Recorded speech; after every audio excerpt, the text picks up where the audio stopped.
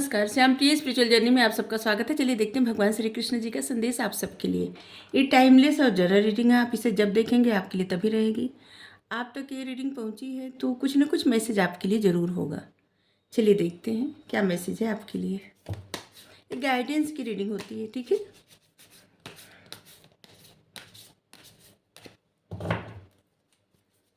ये सभी के लिए रीडिंग होती है, आप जिनको भी मानते हैं समझ लीजिए उन्हीं की तरफ से आपके लिए ये संदेश है, ठीक है। और मैसेज अपनी सिचुएशन के अनुसार ही रखिएगा। अगर आपको लगता है मैसेज आपके लिए है तो आपके लिए ही होगा, नहीं तो फिर नहीं होगा, ठीक है।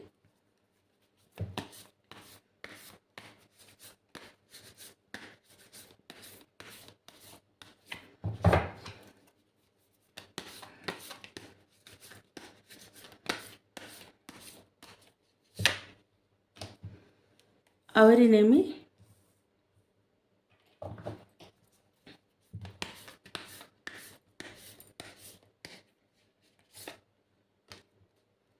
secret of secret,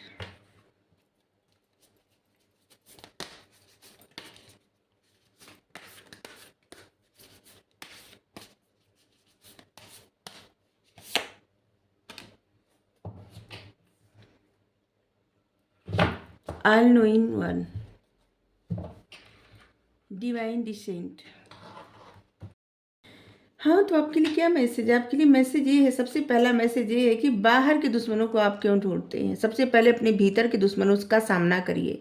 आपके भीतर का दुश्मन है आपका क्रोध, आपका गुस्सा। उस दुश्मन का सामना करिए, बाहर के दुश्मन से बाद में देखिए।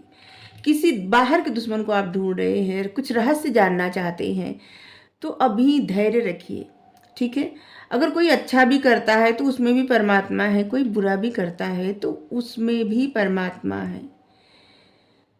हर जगह परमात्मा है, कहीं ऐसा नहीं है कि परमात्मा ना हो। लेकिन क्या है ना, हमारे हमारे यहाँ क्या, सारी दुनिया में जितने भी रिलीजन हैं, कर्म के सिद्धांत पे सभी लोग लिखे हैं, या सभी में बताया गया है कर्म का सिद्धांत।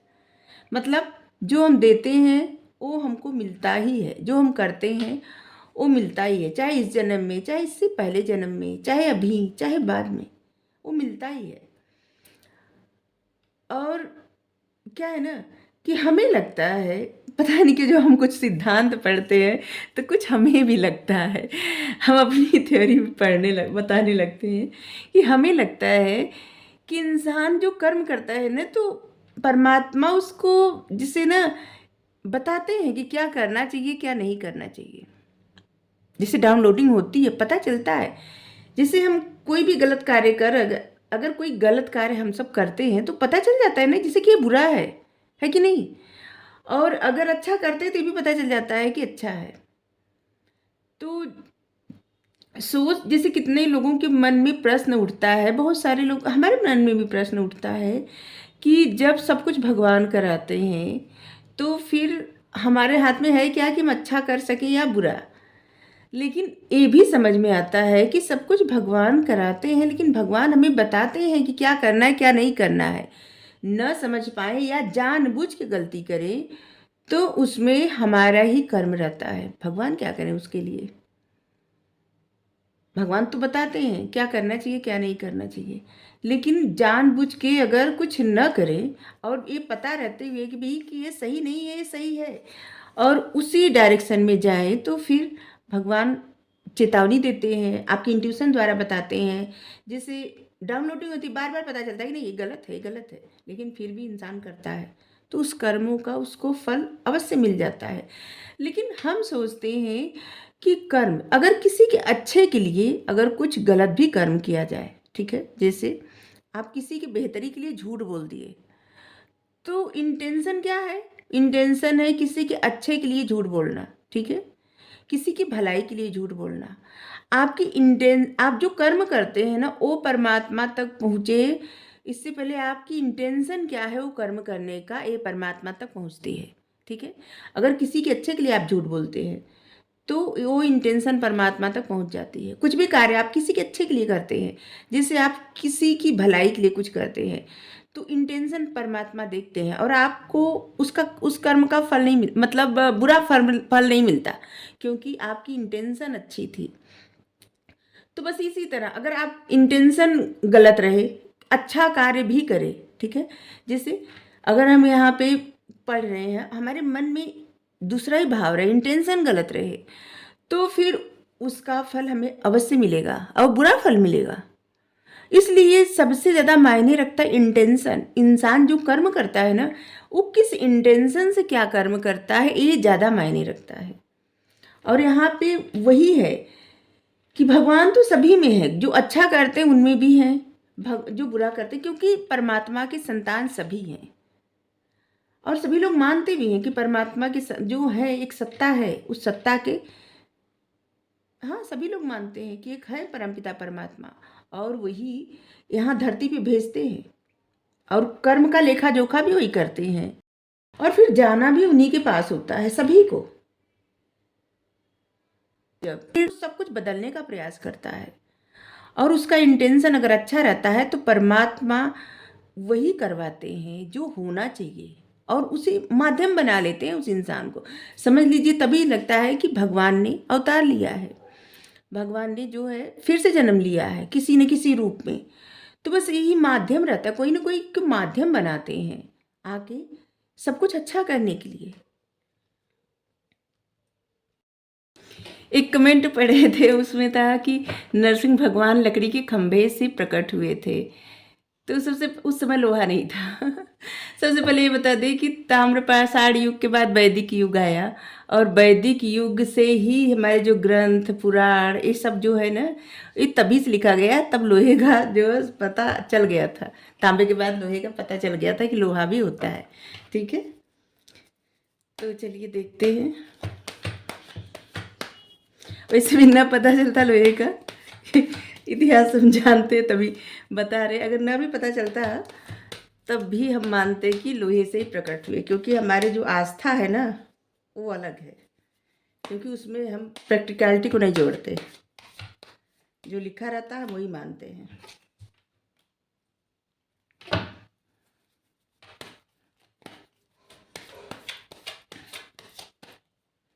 चाहे किसी की सोच, कोई सोचे हम अंधविश्वासी है, अंधविश्वासी नहीं, आस्तिक है, पूर्ण विश्वास करने वाले।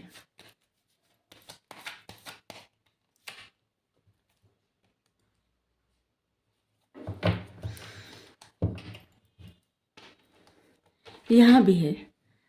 सबसे पहले तो हर एक इंसान को किस चीज़ से लड़ना चाहिए, सबसे पहले अपने अंदर के विकारों से, क्योंकि हमें कुछ अगर रोकता है ना, तो हमारे अंदर के विकार ही रोकते हैं, कोई और नहीं रोकता हमें।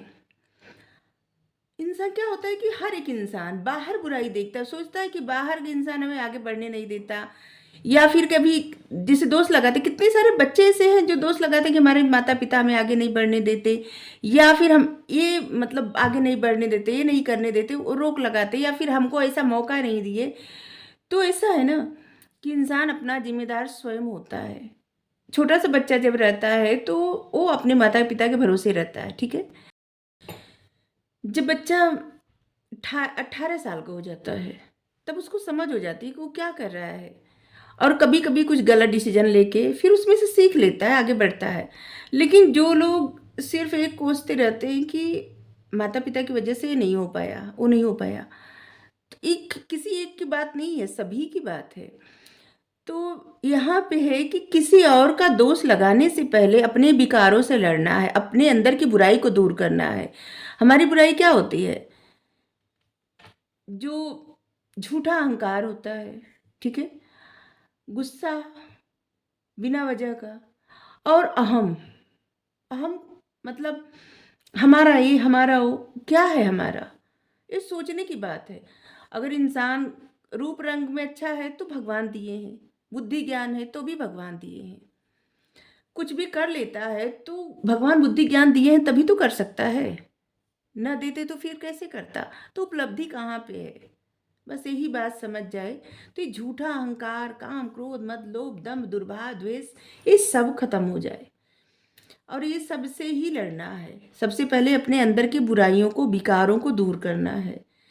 इसके बाद जो भी रहस्य जानना चाहते हैं, यहाँ पे रहस्यों के रहस्य, पास्ट लाइफ, हर कोई जानना चाहता है कि जैसे कि हम पिछले जन्म में क्या थे, अभी क्यों है, इस धरती पे क्यों है। ये सभी के मन का एक प्रश्न होता है, हर किसी के। अगर यही प्रश्न न आए तो जीवन में कोई आगे नहीं बढ़ सकता। और मान लीजिए कि जिसके मन में ये प्रश्न उठने लगता है वो जीवन में बहुत आगे बढ़ता है। ठीक है, आप सब पढ़े होंगे अगर विवेकानंद जी के बारे में, मतलब नरेंद्र दत्त के बारे में, तो जानते होंगे जब वो रामकृष्ण परमहंस के घर गए पहली बार और उनका दरवाजा मतलब खटखटाए, तो सबसे पहले वो पूछे कि कौन हो तुम। तो उनका उत्तर क्या था कि यही तो हम जानने आए हैं, कौन है हम। वो अपना परिचय नहीं दिए कि हम नरेंद्र दत्त हैं या ये हैं वो है, नहीं। वो ये बताए कि यही तो हम जानने आए हैं। जबकि वो, उनका दिमाग इतना तेज था, पढ़ने में इतने अच्छे थे कि उनको कोई भी किताब मतलब वो बस पन्ना पलटते जाते थे और उनको सब याद हो जाता था। उनका आईक्यू लेवल कितना स्ट्रांग रहा होगा, कितना ज़्यादा, 200 से भी ज़्यादा रहा होगा, कि मतलब बहुत ज़्यादा रहा होगा, 250 से भी ज़्यादा हमें लगता है। तो वो भी जानना चाहते थे, तभी तो जाने, तभी इतना सब समझ पाए। और उन्होंने कितना सब कुछ बदल दिया। बहुत बड़ा योगदान है उनका। हम सब जो भरोसा करते हैं, फेथ रखते हैं, जो जीवन दर्शन हम लोग समझते हैं अब, उसमें उनका बहुत बड़ा योगदान है। तो इसी तरह हर किसी के मन में प्रश्न, एक रहस्य जानने का कि पूर्व जन्म में क्या थे, अभी क्या है, क्या करने आए हैं धरती पे, मकसद क्या है, पर्पस क्या है, करना क्या है। आध्यात्म, आत्मा का अध्ययन। बहुत सारे लोग ऐसे हैं जो हर चीज़ से जब ऊब जाते हैं, या फिर देखिए, दो सूरत में लोग आत्मा का अध्ययन करना चाहते हैं। ठीक है, दो तरह से। एक तरह से वो लोग जो हर तरह से बहुत ज़्यादा प्रसन्न और संपन्न रहते हैं, फिर उनको जीवन में और कुछ करना नहीं होता, फिर उनको लगता है, वो उनको एक बोरियत महसूस होने लगती है और उनका झुकाव आध्यात्म की तरफ जाता है। उनको लगता है कि अब वो जाने कि वो इस धरती पे क्यों आए हैं, आत्मा का अध्ययन। उनकी सोल, आत्मा क्या चाहती है, क्या करने आई है। और एक तरह के वो लोग होते हैं जो अपनी ज़िंदगी में बहुत ही ज़्यादा कष्ट सहे होते हैं, और फिर उनको वो जानना होता है कि वो इतना कष्ट क्यों मिला था, क्या कारण था, और फिर आत्मा का अध्ययन। ये दोनों तरह से ही लोग जाते हैं इस पथ पे। आध्यात्म मतलब आत्मा का अध्ययन। तो यहाँ पे आपके मन में तमाम प्रश्न उठ रहे हैं, रहस्य जानना चाहते हैं, और रहस्य सब उजागर होगा। सबसे पहले अपने मन के विकारों को तो दूर करिए, फिर देखिए जितना रहस्य जानना चाहते हैं, चाहती हैं, सारे रहस्य आपको पता चल जाएंगे। All knowing one, intensity. अगर आप सोचते हैं कण कण में भगवान है, तो सिर्फ ये कहने की बात नहीं है, उतनी गहराई से इस बात को समझिए भी। ठीक है, तभी तो यहाँ है कि कोई अच्छा रहे, बुरा रहे, कुछ भी रहे, हर किसी में परमात्मा है। जो भी इस पथ पे चल दिया, उनको हर किसी में परमात्मा ही दिखेंगे जब सच में दिखने लगेंगे, और सच में वो इंसान समझने लगेगा कि परमात्मा हर किसी में है। तो किसी के प्रति राग, द्वेष, कुछ भी, मतलब न तो अच्छाई न बुराई, ऐसा कुछ नहीं। मतलब सभी समान भाव के हो जाएंगे, सभी एक जैसे, किसी में कोई अंतर नहीं। अभी आप सबके जीवन में जैसे लग रहा है कि वो समय चल रहा है जहाँ पे आप सीख रहे हैं, ट्रांसफॉर्म हो रहे हैं, बदल रहे हैं, आपका विचार बदल रहा है, आपका नज़रिया बदल रहा है, आपका तरीका बदल रहा है। ऐसे लग रहा है कि एक अलग ही इंसान में आप कन्वर्ट हो रहे हैं, पुनर्जन्म हो रहा है। जैसे पुनर्जन्म नहीं, मतलब फिर से जन्म होता है। जैसे एक बार सब कुछ खत्म होने के बाद, जिस तरह से ईसा मसीह को, जैसे उनको दफनाने के 3 दिन बाद वो फिर से उठ बैठे, बस इसी तरह से होता है कि सब कुछ खत्म होने के बाद फिर से उठ के बैठना, पुनर्जन्म, रीबर्थ।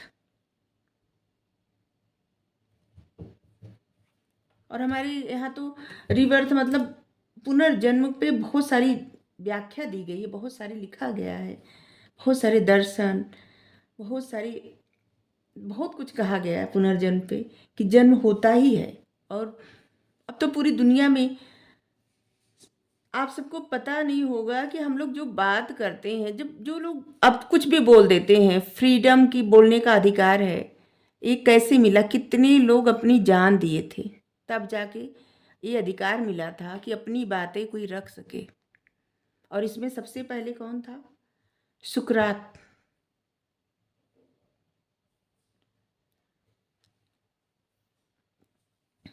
एक और सुकरात जैसे मतलब एक और बहुत ही, उनका नाम नहीं याद आ रहा है, शायद ब्रूनो नाम था। उतने इतने इंटेलिजेंट थे वो, बहुत अच्छे गणितज्ञ थे, साइंस में भी उनकी रुचि थी, और भी बहुत कुछ उनके गुण थे, लेखक थे। लेकिन उन्होंने तब 16वीं शताब्दी में कर्म का मतलब वो ये बोले कि एक यूनिवर्स नहीं, बहुत सारी यूनिवर्स है।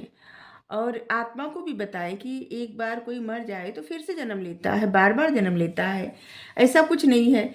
और इसके लिए उनको 7 साल की सज़ा मिली थी, और जब 7 साल बाद उनको जेल से निकाला गया, तब उनको बताया गया कि बताइए जो आप कह रहे हैं। तो वो कहे कि हम अपनी बात पे अभी भी अडिग हैं। 7 साल बाद जब वो अपनी बातें फिर से वही रखे कि हम अभी जो कहे हैं उसी पे अडिग हैं, और भी तत्परता से अडिग हैं, क्योंकि हम उस बात मतलब ये सत्य है, सत्य से हम हट नहीं सकते। और इसके लिए उनको रोम में ले जाके मतलब बीच चौराहे पे उनको जिंदा जला दिया गया, क्योंकि उन्होंने अपने मन की बात रखी थी। तो सोचिए कि अब तो इंसान क्या कुछ नहीं कर सकता। अब तो बोलने का अधिकार पे सब कुछ भी बोल देते हैं, लेकिन हाँ, अपनी बातें अच्छे से रखना बहुत ज़्यादा ज़रूरी होती है। हम लोग खुशनसीब हैं कि बोलने का अधिकार मिला है। तो यहाँ पे आपकी लाइफ में जैसे लग रहा है सब कुछ बदल रहा है, एक जैसे नया अवतार।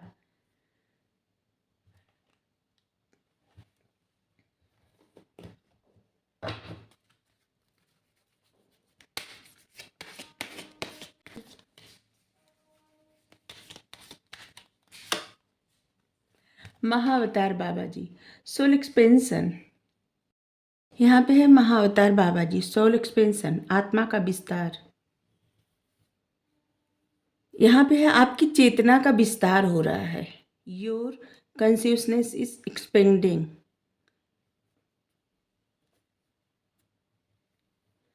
आप सभी चीज़ों के बारे में अपने संबंध को समझते हैं, चाहे प्रकृति हो, जानवर हो, पक्षी हो, इंसान हो। आप सभी के बीच एक जिसे संबंध समझते हैं कि मानवता का संबंध। अब आपके अंदर से ऐसी भावना आ रही है, अगर कुछ समय से आप लोगों से जैसे दूर हो गए हैं, ठीक है, आपका मन एक अलग ही दिशा में जा रहा है। वो है परमात्मा और जीवन दर्शन, कि दुनिया क्या है, हम क्या हैं, सोल क्या है, इस जीवन से परे क्या है। इस सब के बारे में अगर जा रहा है तो घबराने की कोई आवश्यकता नहीं है। जैसे आपके चेतना का विस्तार हो रहा है, जागृत हो रही है आपकी चेतना, आप बहुत कुछ समझेंगे। और दुनिया में कुछ आप ऐसा करने आए हैं कि जैसे यहाँ पे कार्ड आया है डिसेंट, डिवाइन डिसेंट, और यहाँ पे सोल एक्सपेंशन। मतलब ये दोनों कार्ड में आप समझते हैं कि जैसे इंसान के ही रूप में परमात्मा, मतलब परमात्मा इस तरह से आ जाते हैं, इस तरह से कार्य करवाते हैं, एक माध्यम बना के, कि जैसे पूरी दुनिया में लोग आपको जानेंगे अगर आप ऐसा कर रहे हैं तो, ठीक है। क्योंकि जितने लोग आप पढ़ते हैं, जानते हैं, जितने लोग अपने विचार रखे हैं, जितने लोग दुनिया को समझे हैं, सोल को समझे हैं, कर्म को समझे हैं, और जितने जो हमारे षष्ठ दर्शन जो है हमारे, उनको समझे हैं, जिसको हम सब कहते हैं कि सनातन दर्शन या हिंदू दर्शन, ठीक है। अगर आप इसको समझे हैं, एक चीज जान लीजिए, आप किसी को भी मानते हो, ठीक है, सभी में आपकी जो पवित्र पुस्तक है ना, लगभग लगभग सभी में एक ही चीज लिखी गई है, वही सब में लिखा गया है, सिर्फ चारवाक को छोड़कर। तो आप किसी मतलब जब अपना धार्मिक ग्रंथ आप पढ़ते हैं या फिर हिस्ट्री पढ़ते हैं, एंशिएंट हिस्ट्री, तो आप देखेंगे कि आपकी चेतना कितना विस्तार हो रहा है। अगर आप कुछ समय से लोगों से हट रहे हैं, कट रहे हैं, तो इसमें कोई बुराई नहीं है। क्या है ना कि आप समझ पा रहे हैं कि आपको क्या करना है और आपको किस पथ पर जाना है और क्या कुछ समझना है, क्या बाकी रह गया। अब जितना पढ़ते जाएंगे आपको लगेगा कि अभी तो हम कितना कम जानते हैं, हमें कितना कुछ करना है, कितना कुछ जानना है। अगर आपको हम कितना बोलते जा रहे हैं, अगर आपको रीडिंग अच्छी लगी हो, thank you so much. Radhe Radhe.